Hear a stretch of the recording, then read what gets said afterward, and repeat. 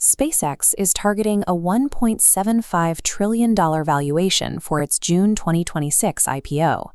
To justify this record-breaking number to public markets, the company's S-1 filing anchors its pitch on a sudden influx of AI compute revenue.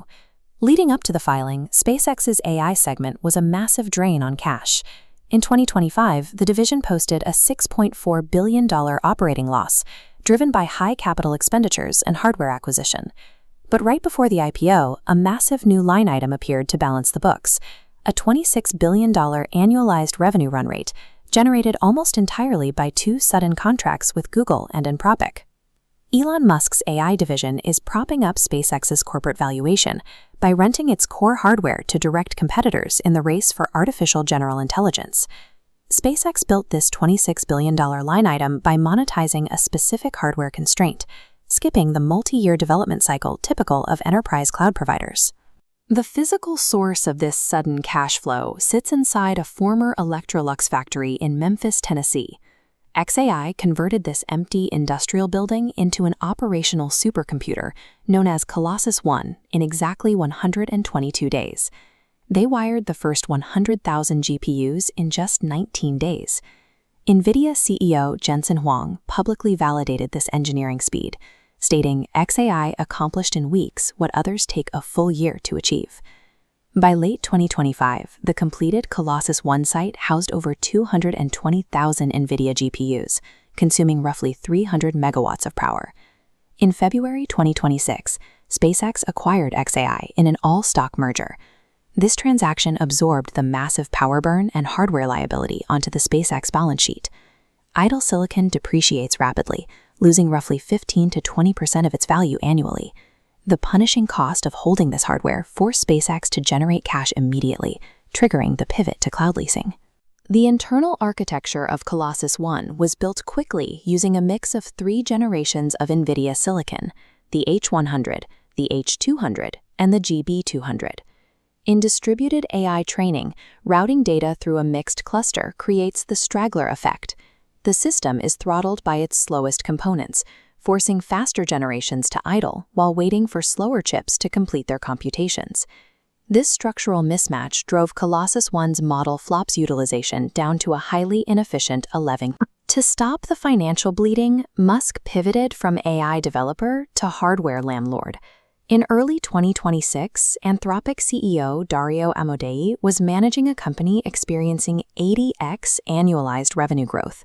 This trajectory created severe compute shortages, forcing Anthropic to strictly limit access for cloud users.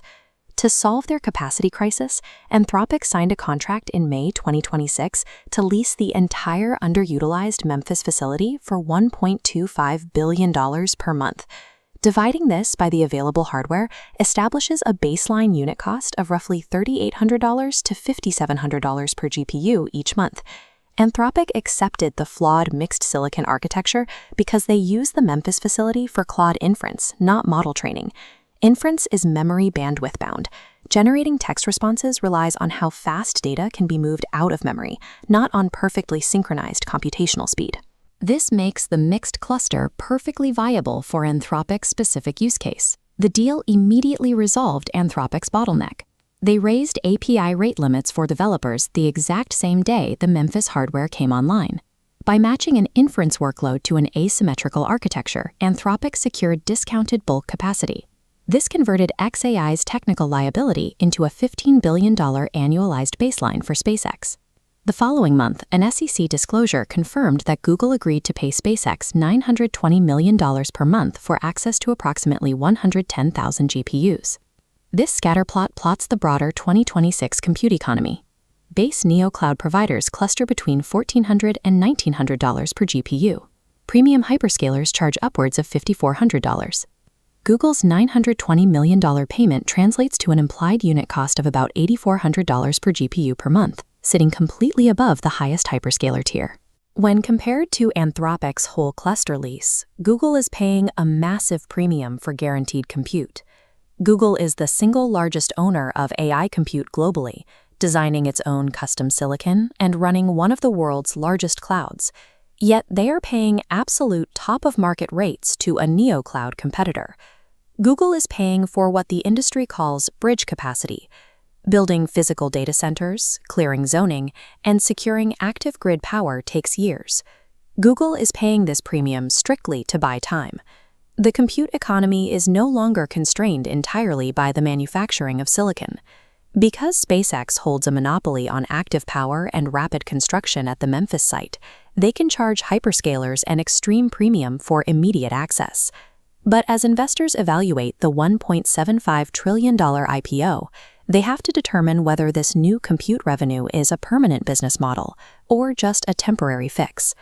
SEC filings reveal severe cancellation clauses.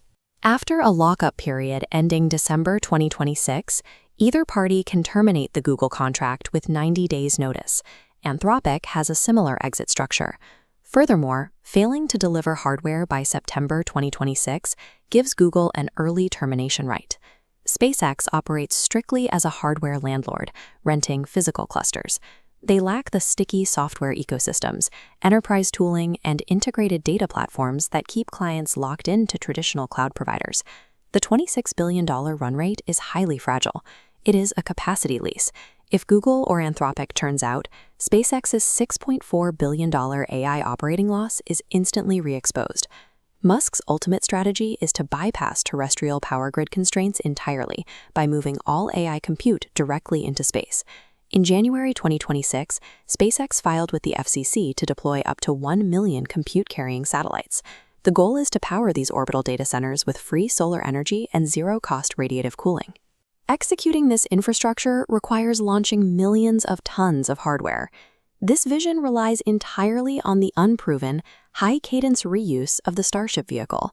Cloud executives remain highly skeptical. Google's internal analysis calculates that physical launch costs must fall 5-fold before orbital data centers become economically viable. Until those launch costs drop, Starlink remains the only stable profit engine on SpaceX's balance sheet, generating $4.4 billion in operating income.